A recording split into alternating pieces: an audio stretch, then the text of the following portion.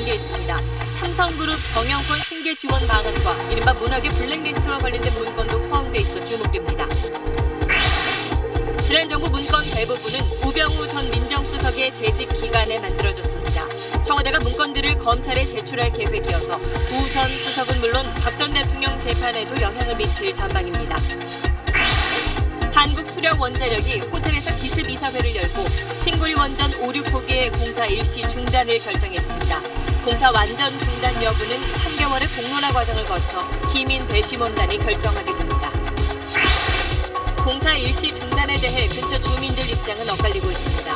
한수원노조는 이번 결정을 전면 거부한다고 밝혔고 야당당은 군사정권을 방불케 하는 날치기라고 비판했습니다. 검찰이 항공 관련 방위 산업체 한국항공우주산업 하이의 비리를 포착하고 전격 압수수색했습니다. 2015년 감사원이 밝힌 수리온 개발 사업 외에도 연구개발 사업에서 비리 정황을 포착한 걸로 알려졌습니다. 조대엽 고용노동부 장관 후보자의 자진 사퇴 이후 공전하던 국회가 정상화됐습니다. 야당이 국회 보이콧을 철회하면서 추경안과 정부조직법 심사에 속도가 붙을 것으로 보입니다. 2010년 노벨 평화상 수상자이자 중국 민주화 운동의 상징인 류 샤오보가 간암 투병하다 61세를 일기로 세상을 떠났습니다. 전 세계에서 추모 물결이 일고 있는데 중국 관영 언론들은 관련 소식을 다루지 않고 있습니다. 운전기사에게 상습적으로 폭언과 욕설을 해 갑질 논란을 빚은 이장한 종근당 회장이 공식 사과했습니다. 자신의 행동으로 상처받은 분들께 용서를 구한다고 말했습니다. 한미 FTA 개정 협상 요구가 공식화된 가운데 협상 장소를 어디로 할 것인지를 두고 신경전이 시작됐습니다. 트럼프 미국 대통령은 한미 FTA를 끔찍한 거래라고 표현하며 개정 의지를 강하게 드러냈습니다.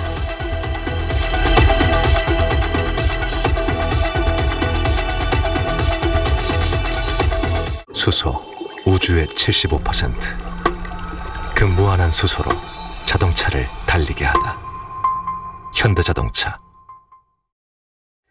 여러분 안녕하십니까? 청와대가 박근혜 정부 민정수석실에서 만든 문건 300종이 발견됐다며 일부 내용을 공개했습니다. 이 가운데는 삼성 경영권 승계 지원 방안이 담긴 문건도 포함되어 있습니다. 또 손으로 쓴 메모엔 삼성의 경영권 승계 국면을 기회로 활용하고 삼성이 필요한 게 뭔지 파악한다는 대목도 눈에 띕니다. 먼저 정영태 기자입니다. 문건은 11일 전인 지난 3일 청와대 민정비서관실에 있던 캐비닛 안에서 발견됐습니다. 청와대는 공간을 재배치하는 과정에서 민정비서관실이 생산한 회의 문건과 인사, 현안 자료 등 문건 300종이 나왔고 비밀 표기는 없었다고 밝혔습니다. 특히 국민연금 의결권 관련 조사란 제목의 문건엔 관련 조항과 찬반 입장, 펜으로 직접 쓴 메모 원본이 포함됐습니다. 청와대는 메모 자체를 공개하지 않았지만 삼성그룹 경영권 승계 지원 방안을 검토한 내역이라며 일부 내용을 설명했습니다. 삼성 경영권 승계 국면 문구에 화살표로 기회로 활용, 경영권 승계 국면에서 삼성이 뭘 필요로 하는지 파악이라고 적혔습니다. 도와줄 것은 도와주면서 삼성이 국가 경제에 더 기여하도록 유도하는 방안을 모색. 삼성의 당면 과제 해결에는 정부도 상당한 영향력 행사 가능하다며 경제 민주화 관련 법안 대응, 금산분리 원칙, 규제 완화 지원이라는 대목도 있었습니다. 지난 정부가 삼성 경영권 승계를 적극 지원하고 대가도 모색했다는 내용인데 청와대는 작성자를 누구로 보는지는 밝히지 않았습니다. SBS 정영태입니다.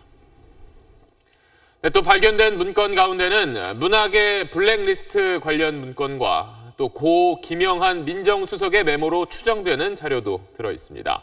그럼 여기에는 어떤 내용이 담겨 있는지 계속해서 정유미 기자가 전하겠습니다. 문화예술계 건전화로 문화융성 기반 정비란 제목의 문건입니다. 문체부 주요 간부 검토, 국실장 전원 검증 대상, 문화부 4대 기금 집행부서 인사 분석이라고 쓰여 있습니다. 박근혜 정부 당시 청와대가 문화체육관광부 조직을 장악해 문화예술계를 관리하려고 한 정황으로 보입니다. 건전 보수권을 국정 우군으로 적극 활용이란 문구도 있었는데 당시 청와대가 보수단체를 지원했다는 이른바 화이트리스트 의혹과 관련이 있어 보입니다. 고 김영한 전 민정수석의 자필 메모로 보이는 자료도 나왔습니다.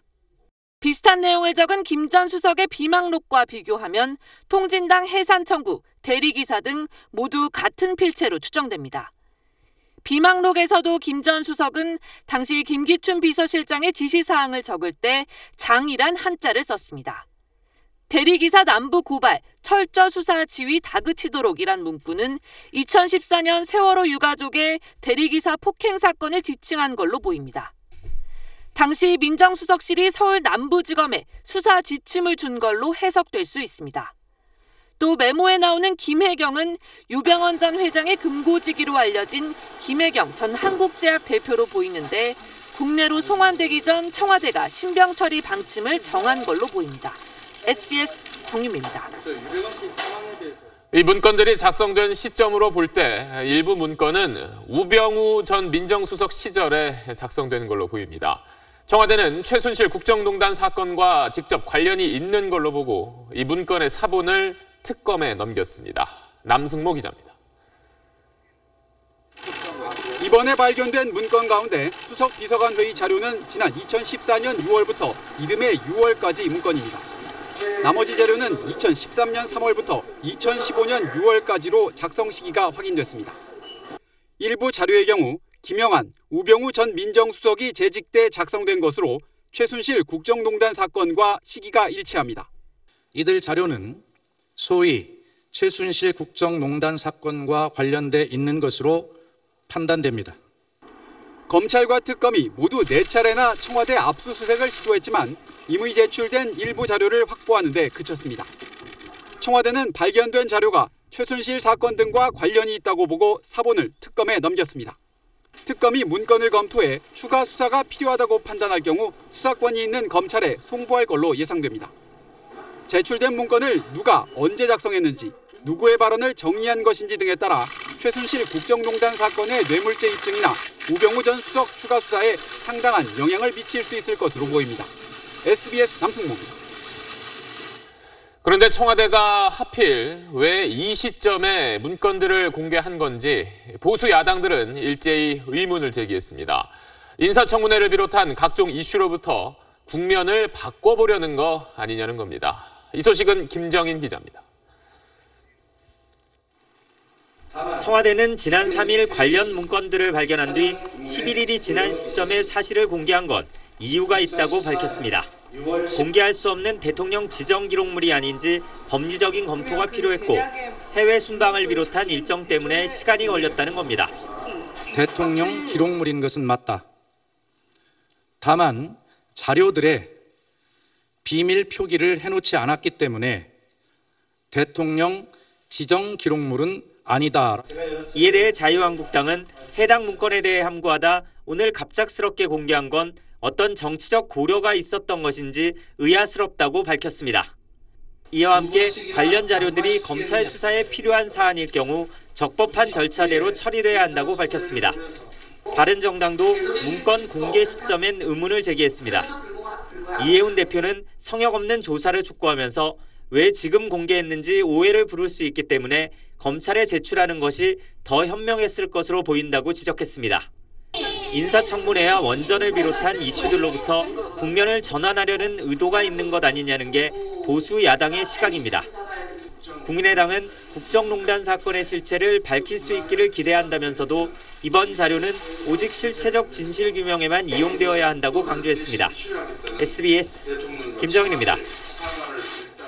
다음 소식입니다. 한국수력 원자력이 오늘 아침 경주의 한 호텔에서 기습적으로 이사회를 열고 신고리원전 5, 6호기 공사를 일시 중단하기로 결정했습니다.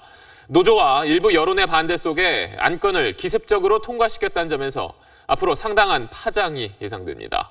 먼저 정현 기자입니다. 오늘 아침 8시 반 한국수력원자력 이사진 13명 전원이 경주의 한 호텔에 모였습니다. 한수원 노조와 원전공사 지역 주민들의 거센 반대로 어제 본사에서 이사회를 열지 못하자 장소를 옮겨 기습적으로 연 겁니다. 약 50분간 진행된 이사회에서는 비상임 이사 1명을 제외한 12명이 공사 일시 중단에 찬성표를 던졌습니다. 한수원은 공론화를 통해 국민의 우려를 조속히 해소하는 게 급선무라고 판단해 이사회를 강행했다고 밝혔습니다. 공기업인 한수원이 정부의 요청을 수용하는 것이 마땅하다는 그런 이사회의 컨센서스가 있었습니다. 공사 일시 중단 안건이 통과됨에 따라 신고리 오르코기 공사는 이르면 다음 주 공론화위원회가 발족한 시점부터 중단됩니다. 정부는 현재 활동기한이 석 달로 정해진 공론화위원회 위원 9명을 선정하는 작업을 벌이고 있습니다. 이 공론화위원회가 찬반 의견을 가진 전문가들과 이해관계자들의 의견을 수렴한 뒤 시민 배심원단에 대한 구성과 의사결정 방식 등을 정하면 시민 배심원단이 원전 공사의 완전 중단 여부를 최종 결정하게 됩니다. SBS 정연입니다. 한국수력원자력노조는 기습적인 이사회 처리가 원천 무효라면서 강하게 반발했습니다. 정치권에서도 야3당이 날치기 통과라며 비판에 가세했는데 한수원 측은 절차상 문제가 없다고 주장했습니다. 이어서 이강 기자입니다. 오늘 오전 경주의 한 호텔에서 이사회가 기습적으로 열리고 있다는 소식을 뒤늦게 한 한수원 노조원들이 호텔 회의실로 모였습니다. 여기 맞아. 여기 맞아. 하지만 이사회는 이미 결의를 마친 뒤였습니다. 노조는 절차를 제대로 갖추지 않은 기습 통과여서 이번 의결이 원천 무효라고 주장했습니다. 어쨌든 일단 다시 검토를 해서 배임, 고소고발, 손해배상 청구하는 거 법적인 이 절차를 바로 밟겠습니다. 예. 한수원 노조는 또 신구리 원전 5,6호기 건설 근로자와 인근 주민 등이 참여하는 대규모 집회를 내일 열기로 했습니다. 자유한국당과 국민의당, 바른정당 등 야3당도 절차적 정당성을 무시한 날치기라며 강력히 비판했습니다. 하지만 한수원 측은 이사회 결정엔 법적 절차적 문제가 없다는 입장입니다. 이사회를 한 4번째 했기 때문에 이사 간담회를 포함해서 4번째 했기 때문에 충분히 검토를 했습니다. 한수원은 이사회 결정이 난 만큼 앞으로는 공사 잠정 중단으로 인한 1,000억 원 규모의 피해 보상과 지역 경제에 미치는 영향을 최소화하는 데 집중하겠다고 밝혔습니다. SBS 이강입니다. 공사 일시 중단 결정으로 원전 주변의 민심도 두 갈래로 나뉘었습니다. 찬성과 반대의 목소리를 송성준 기자가 취재했습니다. 신고리 5,6호기 건설 중단에 가장 민감한 지역은 울주군 서생면입니다. 이 가운데 집단 이주 계획이 잡혀있는 마을 신리를 가봤습니다. 신고리 5,6호기 건설 공사 현장이 내려다보이는 이곳은 원래 작은 마을이었는데 모두 철거됐습니다. 철거를 앞둔 나머지 420여 세대는 보상 문제 협의가 중단될까봐 전전긍긍입니다. 업근마저 한수원에 이미 팔아 물고기도 잡을 수 없는 상황. 이주도 못하고 그렇다고 이 지역에 머물면서 먹고 살 방법도 없는 그야말로 진퇴양난이 됐다는 겁니다. 할매들도 돈 벌이러 가고 이제 젊은 사람들 사무실에 일도 하러 가 청소도 가고 이러는데 그 이무지에서 우리가 다 먹고 사는 길인데 어떻게 합니까? 때문에 고리원전 안경 5km 안의 주민 대다수는 생존권이 걸린 문제라며 원전은 계속 추진돼야 한다는 입장입니다. 연장 없이 기한이 되면 폐쇄시키고 기술이 축적된 새로운 원전은 계속 가는 게 맞지 않느냐 이렇게 봅니다. 반면 보상 대상 지역에서 벗어난 지역 주민들은 원전 건설에 반대합니다. 큰 지진이라도 일어나면 어떤 일이 생길지 모른다는 불안감 때문입니다. 좀 불안하죠. 사는데 이 주변 사니까. 네. 그것 때문에 사실 이사 갈까도 생각했었거든요. 저는. 아예 원전을 포기하고 대체 에너지 개발로 나가야 한다는 의견도 많습니다. 후쿠시마 원전 사고를 봐도 그렇고 한번 사고가 나면은 치명타잖아요. 그래서 장기적인 안목으로 봤을 때는 다른 에너지를 더 개발하는 게 맞다고 생각합니다. 신고리 5,6호기 공사 중단을 둘러싸고 최종 결론이 어떻게 나든 갈라진 민심을 수습하기는 쉽지 않아 보입니다. SBS 송승윤입니다. 정부가 외부 전문가에 의뢰해서 발표한 앞으로 10여 년 동안의 최대 전력 수요 전망치입니다. 2년 전 박근혜 정부 때 발표한 수치보다 크게 낮아졌습니다. 2년 만에 이렇게 달라질 수 있을까 싶은데 탈원전을 공약한 새 정부와 코드 맞추기가 아니냐는 목소리가 나오고 있습니다. 곽상은 기자입니다. 2년 만에 전력 수요 전망치가 크게 떨어진 가장 큰 원인은 GDP 성장률 전망치 하락에 있다고 민간 전문가 그룹은 밝혔습니다.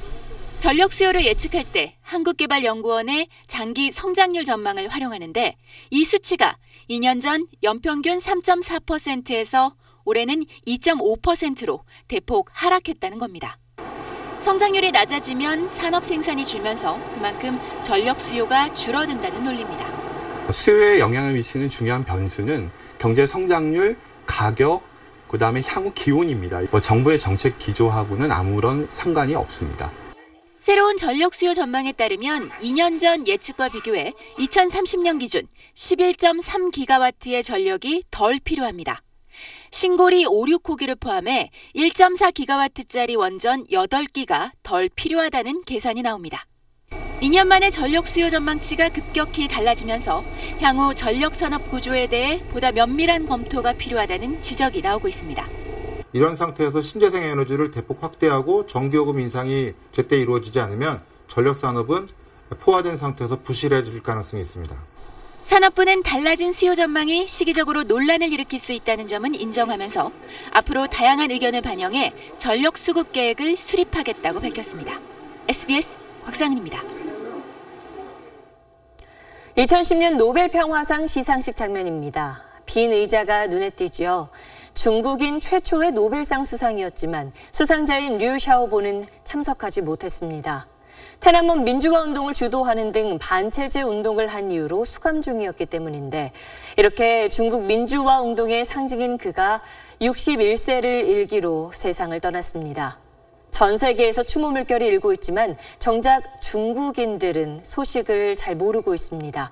베이징에서 정성엽 특파원이 보도합니다. 꿋꿋하게 잘 사시오. 가난 병세가 급격히 나빠진 류 샤오보는 아내 류샤가 홀로 남겨질 것을 걱정하며 눈을 감았습니다.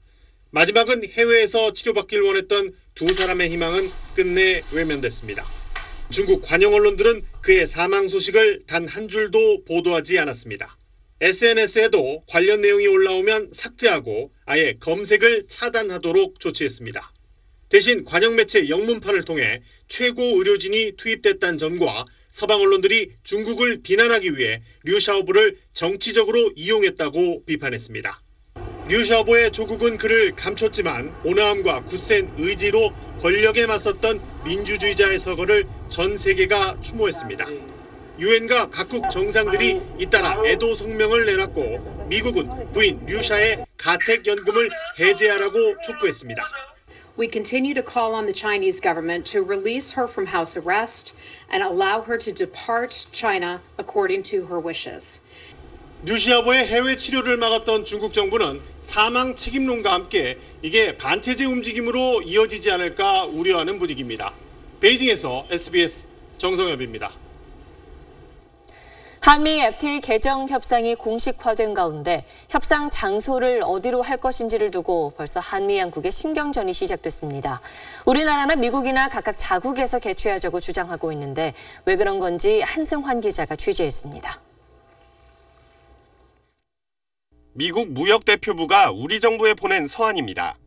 한미 FTA 개정 논의를 위한 특별 공동위원회를 미국 워싱턴 DC에서 열자고 장소를 못 박았습니다. 한미 FTA 협정문에 따르면 공동위원회 정기회의는 한국과 미국에서 교대로 개최하지만 특별회의 장소는 개최 요청을 받은 국가, 즉 이번에는 한국에서 개최하거나 양측 합의로 장소를 정하도록 돼 있습니다. 때문에 미국에서 열자고 한 건 이례적일 뿐만 아니라 의도가 담겨 있다는 해석입니다. 당연히 신경전이고요. 협상에 좀 불리한 영향이 미칠 좀 그런 우려를 하는 가운데에서 가급적인 홈그라운드로 협상을 개최하려고 한다. 장소 선정은 기싸움 외에도 홈그라운드라는 이점을 가질 수 있어 중요합니다. 고도의 집중력과 체력을 요구하는 협상을 최상의 컨디션에서 하려면 익숙하고 편한 모국에서 하는 게 조금이라도 유리하기 때문입니다. 실제로 지난 2006년 12월 미국 몬태나주의 외딴 휴양지에서 열린 한미 FTA 본협상에선 극심한 추위에다 통신마저 제대로 안 돼 우리 협상단이 큰 불편을 겪기도 했습니다. 우리 업계하고 조율을 좀 급히 해야 되고 상시적으로 협의가 가능하고 하기 때문에 가급적 서울에서 하는 게 더 유리하다고 이렇게 볼 수도 있겠죠. 정부는 개최를 요구한 게 미국인 만큼 규정대로 한국에서의 개최를 요구할 방침입니다. SBS 한승원입니다. 트럼프 미 대통령은 협상 테이블을 눈앞에 둔 시점에 한미 FTA가 끔찍한 협정이며 나쁜 거래라고 말했습니다. 압박의 강도를 최고조로 끌어올리기 위한 전술로 보입니다. 보도에 손성민 기자입니다.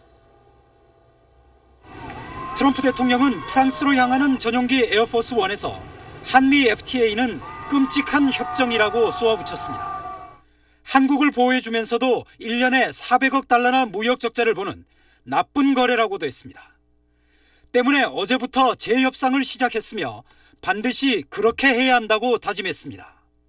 수정과 개정을 위한 후속 협상을 해보자는 미 무역대표부의 발표를 아예 재협상 시작으로 못 박아버린 겁니다. 나쁜 거래를 하는 나라로 중국과 함께 한국을 콕 집어 말한 것도 신경 쓰이는 부분입니다. 문구만 보면 받아들일 수 없는 끔찍한 협정이라는 지난 4월 발언의 반복입니다. It's unacceptable. It's a horrible deal made by Hillary. It's a horrible deal. 하지만 이제는 협상 테이블이 눈앞에 있다는 점에서 끔찍한 협상이란 말은 미 행정부가 전방위적으로 한국 정부를 몰아치겠다는 예고로 읽힙니다. 원래 오프 더 레코드, 즉 비보도용으로 분류했던 기내 발언을 백악관이 무역대표부 발표 하루 뒤 이례적으로 공개한 것도 같은 맥락입니다.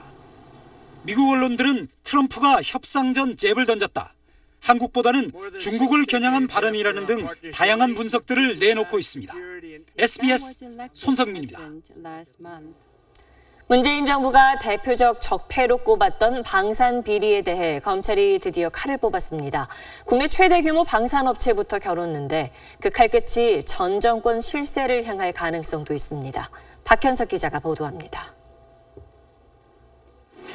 서울중앙지검 방위사업수사부는 오늘 경남 사천의 한국항공우주산업 본사와 서울사무소에 대해 대규모 압수수색을 실시했습니다.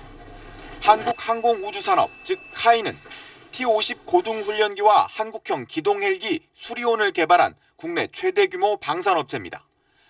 검찰은 카이가 군 납품 과정에서 개발비와 용역비 등의 원가 항목을 부풀려 최소 수백억 원대의 부당이득을 챙긴 걸로 의심하고 있습니다.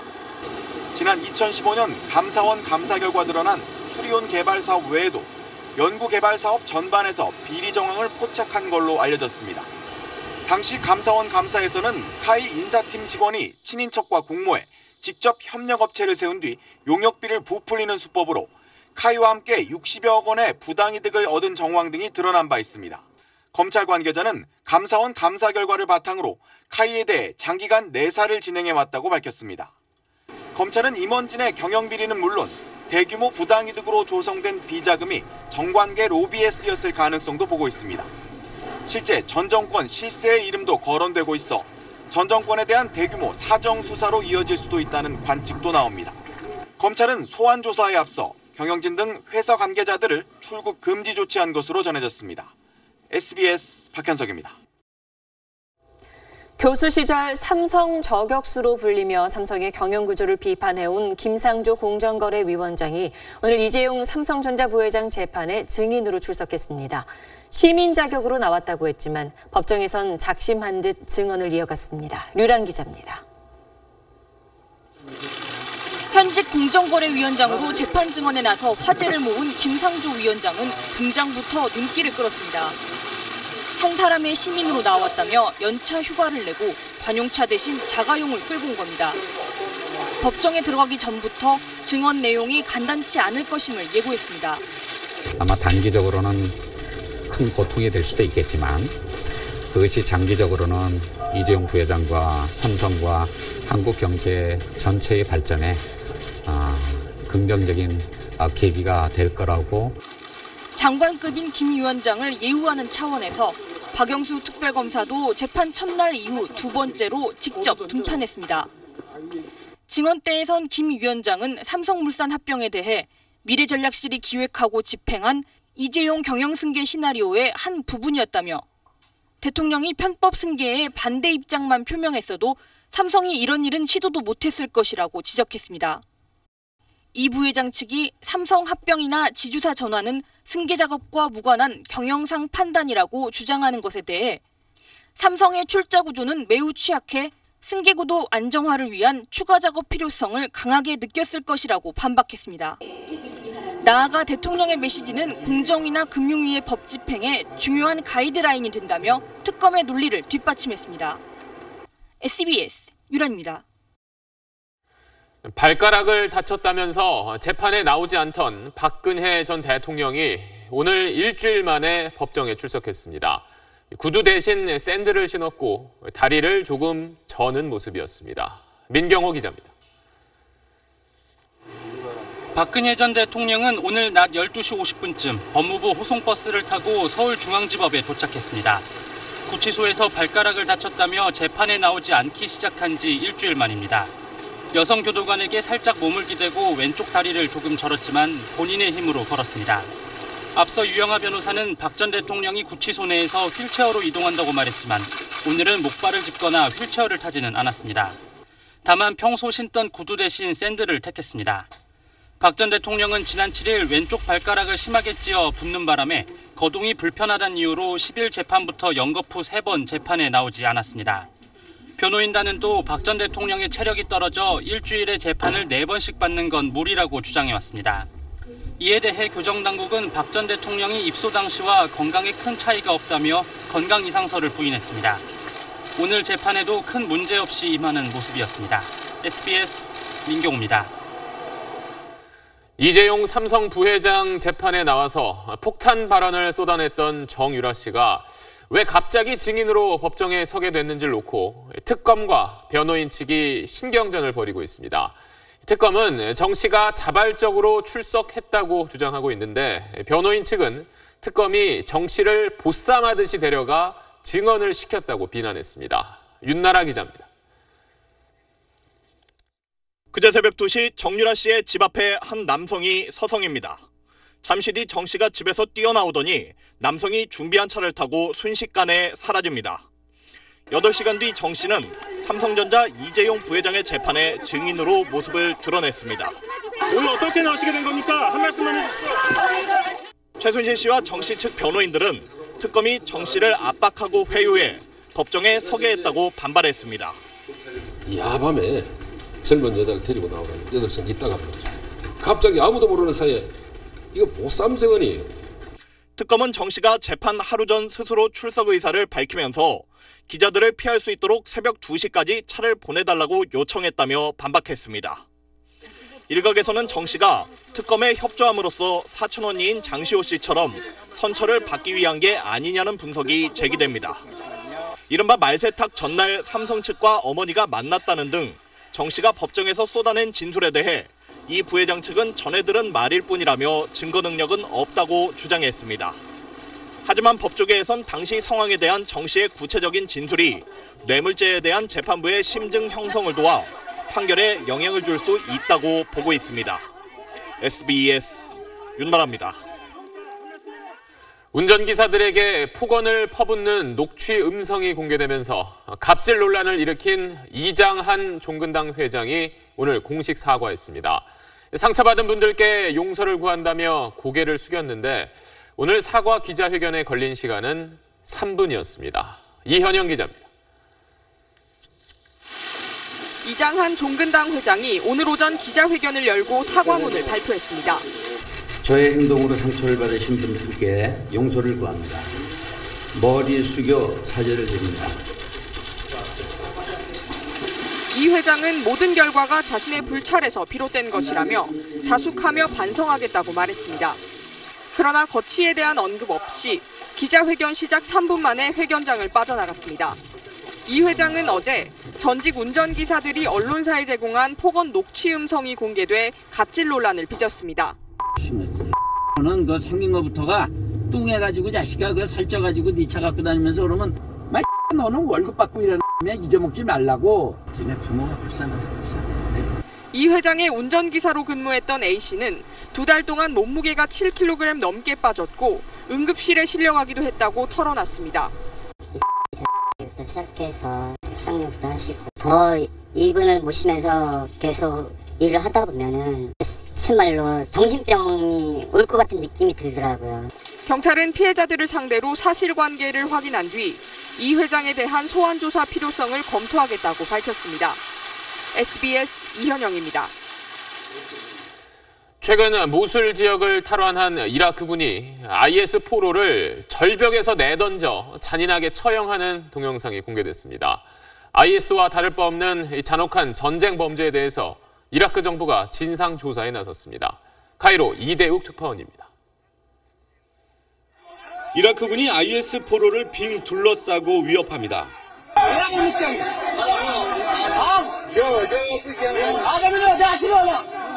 살려달라고 애걸하는 IS 포로를 군홧발로 짓밟습니다.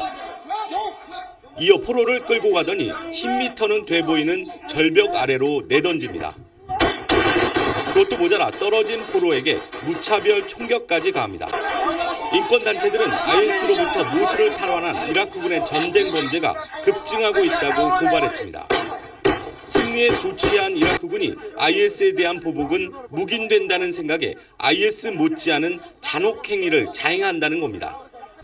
이라크 경찰이 한꺼번에 50명의 IS 조직원을 참수했다는 보도도 나왔습니다. 인권단체들은 또 이라크군이 IS에 연루됐다는 명분으로 170여 명의 여성과 아동을 감금했다며 민간인 희생마저 우려하고 있습니다. 이라크 정부는 군의 전쟁 범죄에 대한 진상조사에 나섰습니다. IS 격퇴전 초기부터 IS에 대한 이라크군의 가혹 행위가 끊임없이 이어졌지만 처벌 사례는 거의 없습니다. 모술 주민 대다수는 IS와 같은 순위파고 이라크군은 시아파가 대다수입니다. 이라크군의 전쟁 범죄가 종파 보복으로 확대돼 민심 안정과 종파 간 화합을 가로막는 걸림돌이 될 것이란 우려가 높아지고 있습니다. 카이로에서 SBS 이대욱입니다.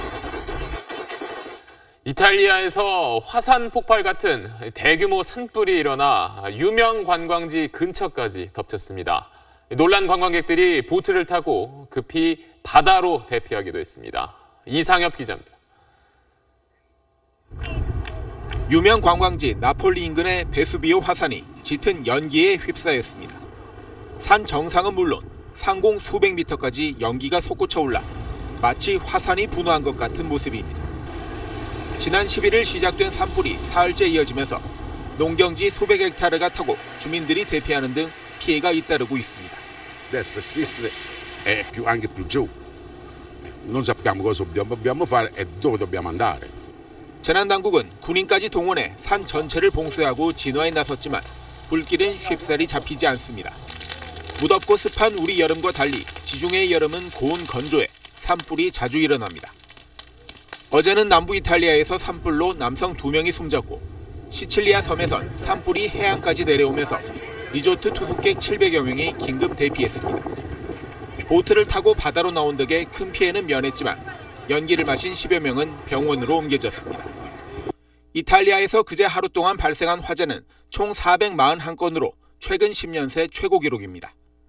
가뭄에 더해 35도를 웃도는 폭염이 이어지고 있어서 당분간 산불 발생 우려는 계속될 전망입니다. SBS 이상엽입니다.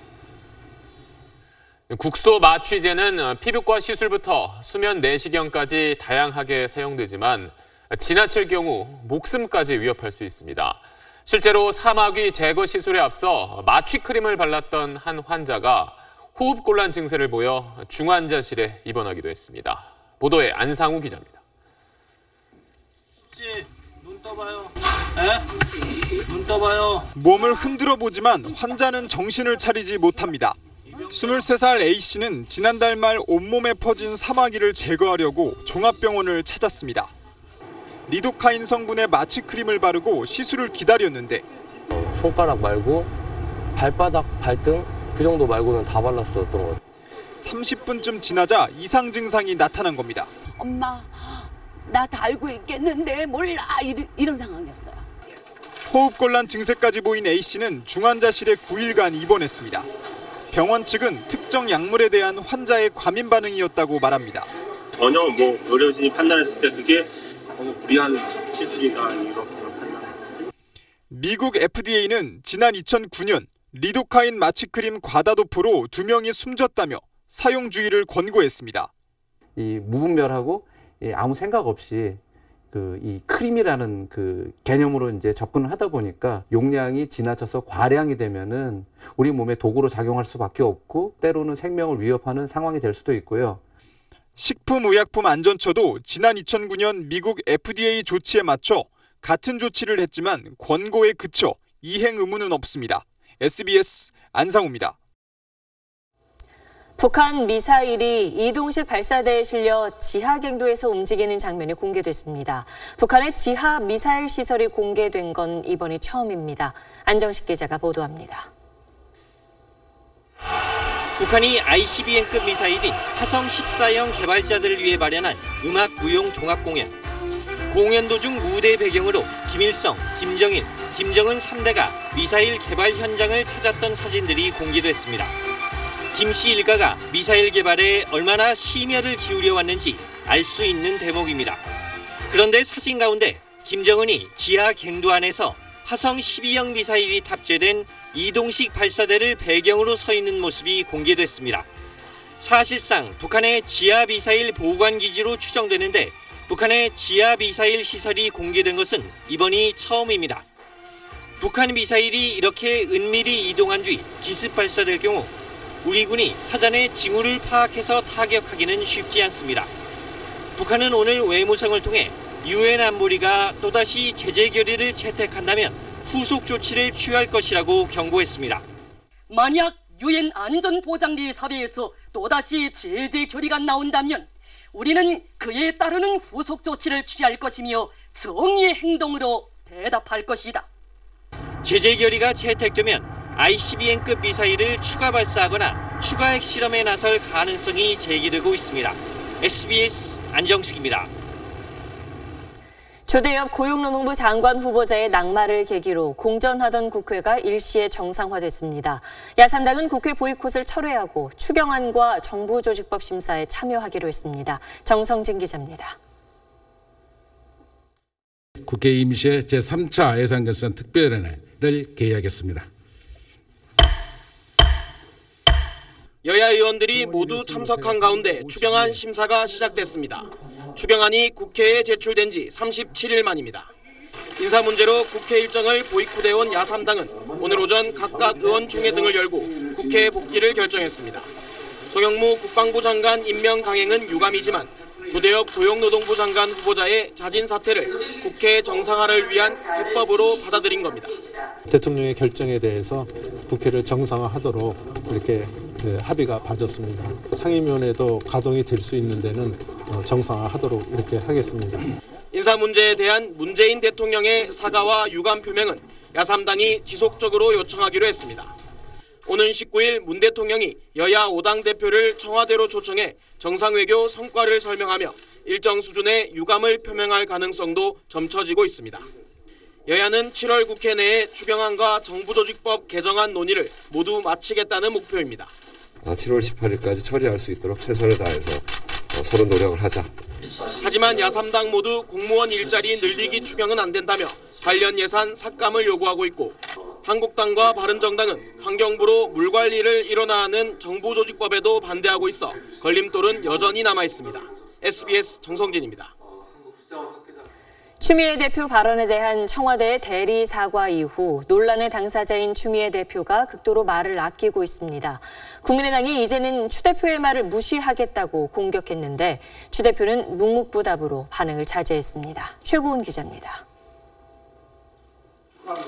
국민의당은 임종석 대통령 비서실장의 대리 사과는 청와대가 추미애 대표를 불신한다는 뜻으로 받아들였습니다. 추 대표 말에 대응할 가치가 없다는 겁니다. 이 사건과 관련된 추미애 대표의 발언이 어떤 발언이 있다 할지라도 아예 듣지도 않고 무시를 하겠습니다. 추 대표의 머리 자르기 발언을 콕 집어 사과했는지를 두고 진실 공방이 빚어진 건 코미디라고 꼬집었습니다. 동영상을 설치하든지 아니면 녹음기를 설치해서 자작 쇼에 철저히 대비를 해야 되겠다. 청와대의 대리사과 이후 추 대표를 놓고 당청 관계 소회설, 엇박자설까지 나왔습니다. 추 대표는 말을 아꼈습니다. 대표님 당대표랑 원내대표 손발이 안 맞는다라는 얘기가 있는데 다만 당 행사에서 축사를 통해 자신은 자기 정치를 하지 않는다며 억울한 심경을 토로했습니다. 그래서 제가 무슨 계산을 하며 자기 정치를 하며 그러겠습니까? 그렇게 살아오지도 않았고 어느 한순간도 또 불리하다고 제가 물러서지도 않았고 할 말은 많지만 국회가 정상화된 마당에 다시 논란을 부를 수 있는 말은 자제하겠다는 뜻으로 보입니다. SBS 최고은입니다. 60세 이상 고령층 취업자가 처음으로 420만 명을 넘어서며 역대 최다를 기록했습니다. 15세 이상 29세 이하 청년 취업자 수를 크게 앞지르는 숫자인데 고령화로 노인 인구가 늘어난 것도 이유지만 노후 준비가 안 돼 있다 보니 절박하게 일자리를 찾는 경우가 많은 것으로 분석됩니다. 박수진 기자가 보도합니다. 올해 77살인 이은호 씨는 대기업과 지자체가 함께 만든 마을형 택배회사에서 6년째 일하고 있습니다. 하루에 4시간씩 일하고 한 달에 100만 원 정도를 법니다. 이 회사 직원 20여 명은 모두 이 씨 같은 노인들입니다. 와서 일하니까 나 용돈 생기고 운동되고 용돈 생기니까 애들 보고 야 나 용돈 좀 쓸래 안 돼? 뭐 저기 그런 얘기 안 하잖아. 지난 2분기 60세 이상 취업자는 424만 7천 명. 역대 최대로 같은 기간 청년 취업자보다도 20만 명 이상 많습니다. 노인 인구가 늘면서 나타나는 현상이기도 하지만 나이가 들어서도 일할 수밖에 없는 절박한 사정이 더 영향을 미치고 있다는 분석입니다. 노후를 대비한 저축이 부족한 데다 연금 수령 시기까지 공백이 있다 보니 생활자금 부족에 시달리는 겁니다. 지금 올해 대학교를 들어갔고 고3 애가 하나 있거든요. 남편도 직장에 잘 다니고 있지만 혼자 또 이렇게 감당하기에는 좀 힘들잖아요. 하지만 노인 일자리의 대부분은 단순 노무직입니다. 빠르고 진입하기 쉬운 대로 취업을 하다 보니 단순 노무직으로 취업하는 비율이 좀 높은 것 같고요. 은퇴 전의 전문성을 살리는 양질의 일자리를 많이 개발하는 것이 일하는 노인 400만 명 시대에 풀어야 할 과제입니다. SBS 박수진입니다. 금융거래할 때 공인인증 절차가 복잡하다고 느끼는 분들 많으시죠? 올 들어 공인인증서 대신 지문으로 본인임을 확인하는 은행들이 늘고 있습니다. 휴대전화에 손가락만 대면 되는 간단한 방식의 호응이 좋은 건데 카드업계나 전자업계 같은 다른 분야로도 지문 인증 방식이 확산되고 있습니다. 손승욱 기자입니다. 회사원 김모 씨는 스마트폰으로 은행 업무를 볼 때마다 개인 인증을 지문으로 해결합니다. 지문 등록해서 하면은 분실 위험도 없고 бан카드. 휴대폰 하나만 들고 다녀도 그런 게 다 해결이 되니까. 지문 인증은 본인임을 확인하는 데 1, 2초밖에 안 걸리는 데다 편리하고 보안성도 높습니다. 비밀번호 입력하는 대신에 이제 뭐 미변조가 불가능한 생체 정보를 이용하고 좀 보안을 좀 더 강화를 하고 있습니다. 올해 말엔 지문 인증 장치를 부착한 신용카드도 등장할 예정입니다. 카드를 단말기에 집어넣게 되면 앞에 칩에 있는 그 접촉점을 이용해서 전기가 들어오고요. 그 전기를 이용을 해서 지문이 동작을 하는. 이렇게 되면 신용카드 도용을 획기적으로 줄일 것으로 기대됩니다. 지문 인증 장치를 단 노트북 등 전자기기도 속속 나오고 있어 PC 등을 이용한 인터넷 뱅킹에도 지문 인증을 이용할 수 있게 될 전망입니다. 지금은 컴퓨터를 로그인할 때 사용할 수 있고요. 앞으로는 금융거래처럼 모바일에서 사용하는 것을 다 사용할 수 있습니다. 지문 인증이 점차 보편화되면서 지문 인식 센서 시장 규모가 5년 뒤 10조 원을 넘어설 것으로 전망됩니다. SBS 손승욱입니다. 리코더 하면 초등학교 때 누구나 한 번쯤 배웠던 흔한 악기로 기억하곤 하죠. 그런데 요즘 리코더의 숨은 매력을 적극적으로 알리는 연주자가 있어 화제입니다. 조지현 기자가 만났습니다.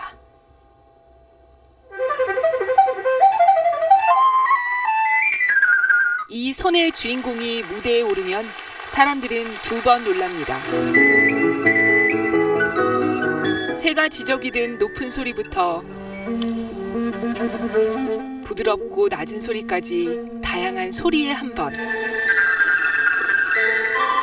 바로크 음악부터 만화 주제가까지 다양한 레퍼토리에 또 한 번 놀랍니다. 저도 좀 더 연주를 해봐야겠다라는 생각하고 돌아갑니다. 올해 25살 염은초 씨는 리코더로 박사 학위를 받은 전문 연주자입니다. 그녀 역시 시작은 초등학교 3학년 음악 수업이었습니다. 너무 편하고 예쁜 소리가 이런 작은 악기에서 난다는 거에 큰 매력에 빠진 것 같습니다. 17세기 바로크 시대 유럽의 인기 악기였지만 한국에서 전문적인 리코더 연주를 듣기는 쉽지 않습니다. 염 씨가 친근한 곡을 공연하며 적극적으로 동영상을 올리고 친절한 교재를 펴낸 것도 이 때문입니다. 제가 15년 전에 배웠을 때는 외국에 나가서 직접 레슨을 받아야 했습니다. 제가 1세대이다 보니까 조금 더 그런 책임감이 있다고 해야 할까요? 너무 가까이 있어서 가치를 몰랐던 악기, 그 진가를 알리는 게 리코디스트 염은초 씨의 소망입니다. SBS 조지연입니다.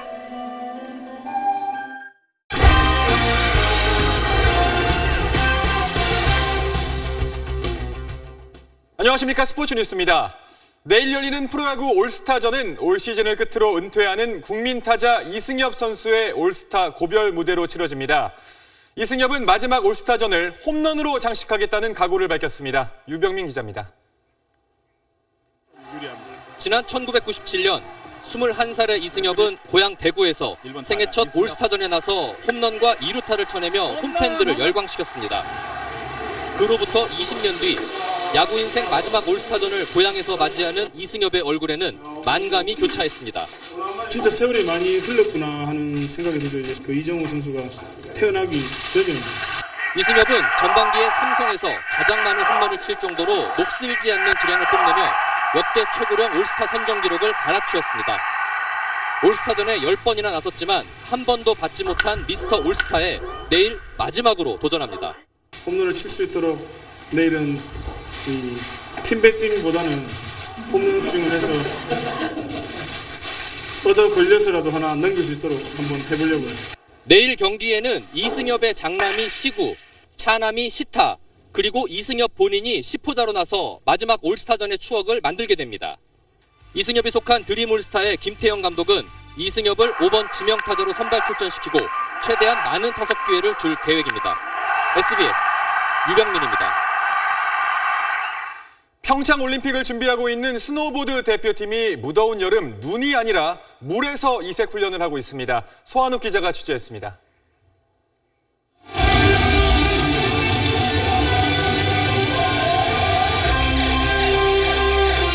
뜨거운 여름, 스노보드 대표팀이 수상 스키를 즐깁니다.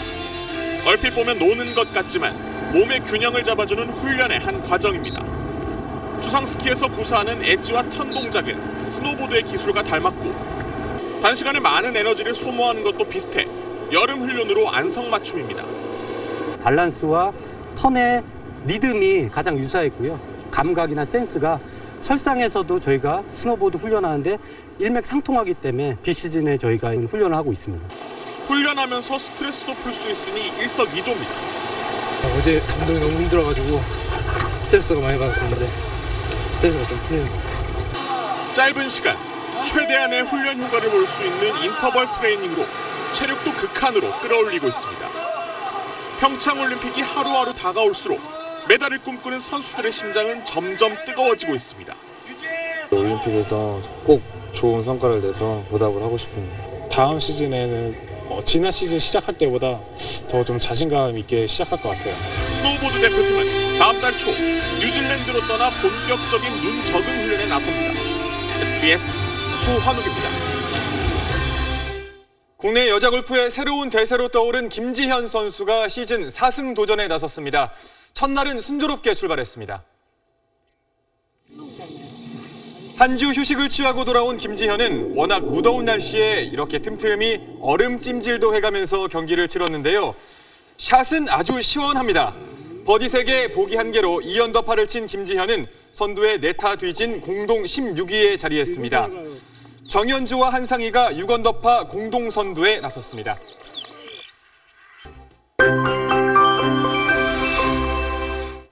오늘 폭염 속에 요란한 소나기까지 내렸습니다. 내륙 곳곳으로는 호우특보가 발효되면서 시간당 50mm에 달하는 폭우가 쏟아지기도 했는데요. 이번 주말에는 장맛비가 내립니다. 일요일 낮까지 비가 이어지겠습니다. 내일까지 수도권과 영서지방은 30에서 80mm, 많은 곳은 120mm까지 내리겠습니다. 이번에도 중부지방에 국지성 호우가 쏟아지겠는데요. 반면 남부지방 곳곳은 소강 상태를 보이는 곳도 있겠습니다. 지금 점차 서쪽 지방부터 장마 전선의 영향권에 들고 있습니다. 오늘 밤에는 서쪽 지방에, 내일은 전국에 비가 오겠습니다. 서울의 낮 기온은 28도로 오늘보다는 낮겠고요. 비가 간간히 오는 남부지방, 대구의 낮 기온은 33도 선까지 오르겠습니다. 일요일 오후부터 날이 개겠고 다시 기온도 크게 오르겠습니다. 날씨였습니다. 파리 기후협정 탈퇴를 선언했던 트럼프 미국 대통령이 프랑스를 찾아서 협정에 관해 뭔가 일어날 수 있다며 달라진 모습을 보였습니다. 소신 있게 할 말은 다 하면서도 부드럽게 상대를 설득하는 마크롱 프랑스 대통령의 외교력이 트럼프도 움직였다는 평가입니다. 한미 FTA 개정 협상 압박을 받고 있는 우리가 눈여겨볼 대목입니다. 금요일 8시 뉴스 여기서 마치겠습니다. 고맙습니다.